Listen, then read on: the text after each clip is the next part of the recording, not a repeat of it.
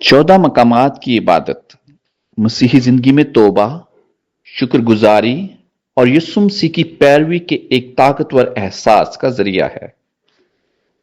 सलीब के 14 मकामात की अहमियत और रूहानी बरकत क्या हैं, आइए मजीद जानते हैं।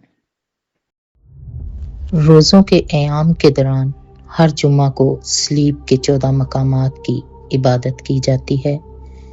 ये सिर्फ एक रस्म नहीं बल्कि मसीही रूहानियत का एक गहरा हिस्सा है। ये हमें खुदावंद यीशु मसीह के इस मुकद्दस सफ़र की याद दिलाती है जो उन्होंने हमारी निजात के लिए तय किया।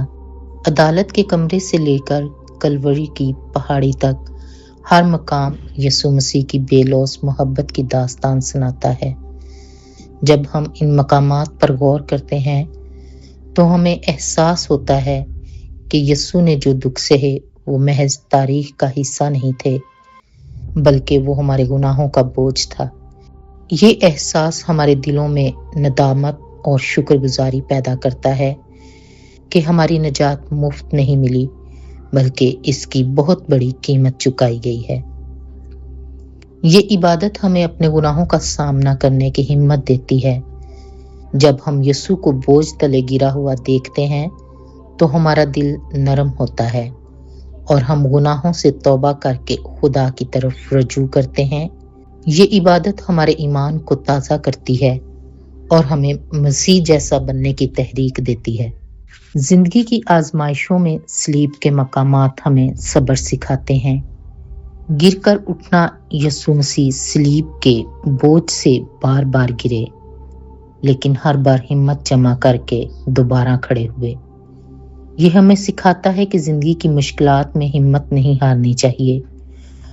अपने दुश्मनों को मुआफ करके यीशु ने हमें सिखाया कि नफरत का जवाब मोहब्बत से और बदले का जवाब बख्शिश से देना चाहिए। सलीब की इबादत हमें रोजमर्रा जिंदगी गुजारने का तरीका सिखाती है। ये हमें बताती है कि हमें अपनी सलीब, जिम्मेदारियां और दुख खुशी से उठानी चाहिए, दूसरों की मदद करनी चाहिए जैसे शमौन करीनी ने यीशु का साथ दिया। मुसीबत ज़दा लोगों को तसल्ली देनी चाहिए जैसे यरूशलेम की बेटियों और वेरोनिका ने किया। जब पूरी जमात मिलकर सलीब के रास्ते पर चलती है तो ये कलीसिया की वहदत को ज़ाहिर करती है। हम सब मिलकर एक बदन बन जाते हैं और एक दूसरे के ईमान को तक़वियत देते हैं। ये रवायत सदियों से मसीहियों के ईमान को मजबूत बनाती आ रही है। सलीब के 14 मकामात हमें याद दिलाते हैं कि मसीहियत की बुनियाद मोहब्बत और एक लाजवाल कुर्बानी है। अगर हम सच्चे दिल और खुलूस नीयत से इस इबादत में शरीक हों तो हमारी जिंदगियों में आजिज़ी, पाकीज़गी और खुदा की मोहब्बत का नूर जाहिर होगा। हम न सिर्फ बेहतर इंसान बनेंगे बल्कि यीशु मसीह के सच्चे शागिर्द कहलाने के लायक भी ठहरेंगे। आमीन।